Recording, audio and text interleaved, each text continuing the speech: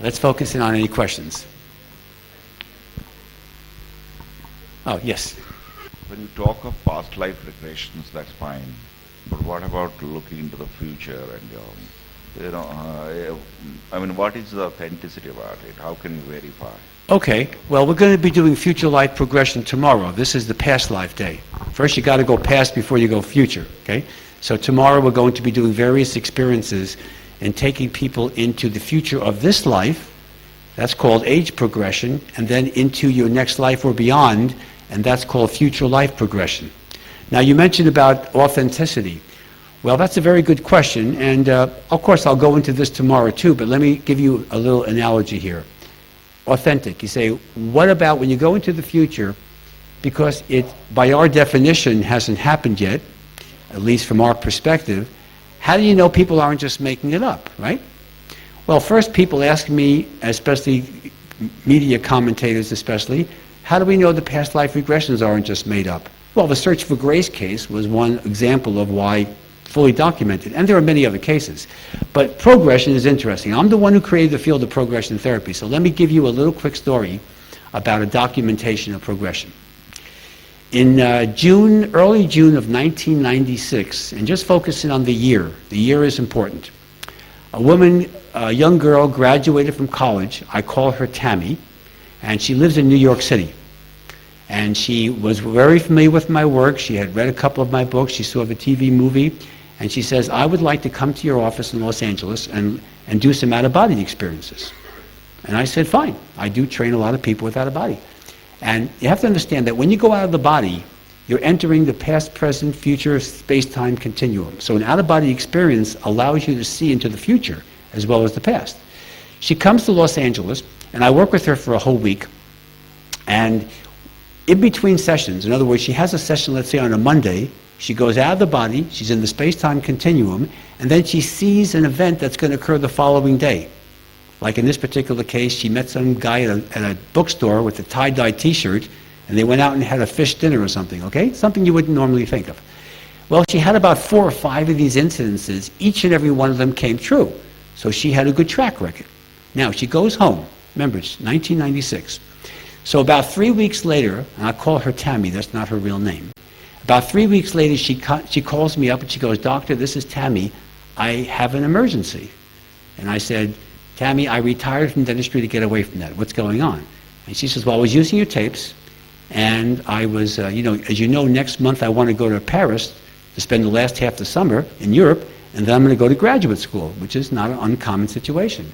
I said, yes, so what happened? She goes, well, I see myself in July taking off on the plane from JFK. The plane goes up, immediately it crashes, I die, everybody's dead. What do I do?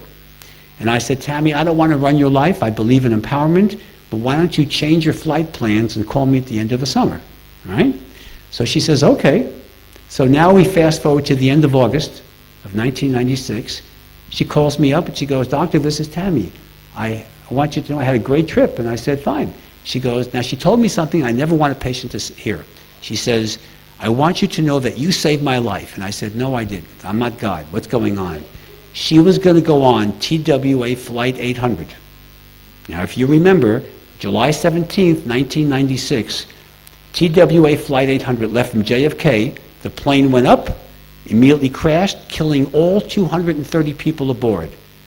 The passengers, the flight crew, everybody died. Had Tammy not gone into the future, she would have been 231. Now, that to me is an example of documentation. That's a real situation. Back in the 1950s in New York, in Maimonides Dream Laboratory in Brooklyn, New York, Krippner and Ollner, who were researchers at the time, and Krippner is still around, he's in San Francisco, they did work with precognitive dreams, where people would dream about future events, and they documented them. In one particular case, a man dreamt about a horse race in Belmont, in New York, on Long Island, and won quite a bit of money by doing it. So there have been many examples of people documenting future experiences. So this is an example. You say documentation, you have to be a little patient, especially if you're dealing with future life progression, because you've got to wait several hundred years. But on age progression, the Tammy case is one example, but there are many others. You'll see a couple of them tomorrow on the tapes of some of my patients. that these actually do occur. And scientific laboratories, Dream Laboratories and other, Duke University in North Carolina, have also documented these progression or precognitive experiences. So there's a lot of science and credibility to the field of going into the future. Okay? Good question, though. All right, any other questions? I see it's a nice experience I had. This is something, you see, it's a unique place of healing. There are about 5 elements that treating that particular place, all the treatment is on healing or something, whatever they're doing, on 5 elements.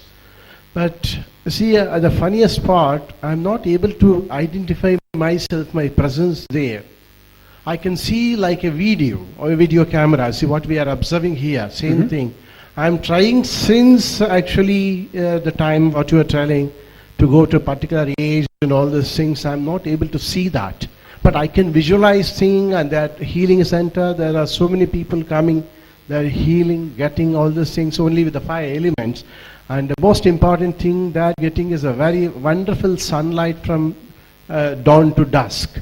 But funniest part is I'm not able to see myself. What is that? Now, Why? all right, I understand. Now, Yeah. think of it this way. When people report out-of-body experiences, they are looking through the world through their astral eyes, but they don't see their own physical body.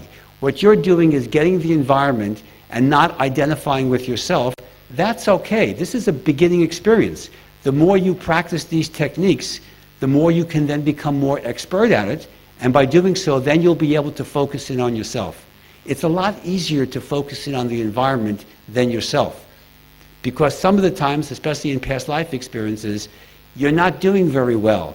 Sometimes you're being victimized, and people don't like, the ego prevents that. They don't like to see that. So what they do is they distract themselves by focusing in on the environment. Sometimes it's forbidden knowledge too. The higher self at this moment doesn't want you to focus too much on yourself. It'd rather you get the experience of the spiritual setting or the other aspect of the environment first. So the way to do this is to practice. And that's why, like I mentioned, the CDs I recommend people use. You can play them on your own, you can use them on a daily basis, and then you become more conditioned. Just like when you learn meditation. The first time you do meditation, you probably did it terribly. You didn't get much out of it. But when you do this over and over again, you develop the techniques, you learn to focus your concentration, all the other aspects of it. This is a relatively new, I'm sure, experience for you, but it gets better with practice and time. All right, now that you've graduated from the regression experience, we're now going to be focusing in on out-of-body experiences. So what we're going to do is 2 things here before we finish up for today. And the first thing is going to be the sanctuary exercise. And this is an out-of-body experience. Think of it as creating like a den or like a study, like a little temple on the upper astral plane. And you're going to be able to invite your higher self into it, your spirit guides, maybe a time traveler from the future, an extraterrestrial, or maybe one of your masters or mentors you work with, or guru in the past or currently. And you're also going to be able to use this for your own spiritual growth. We're going to show you how to do that.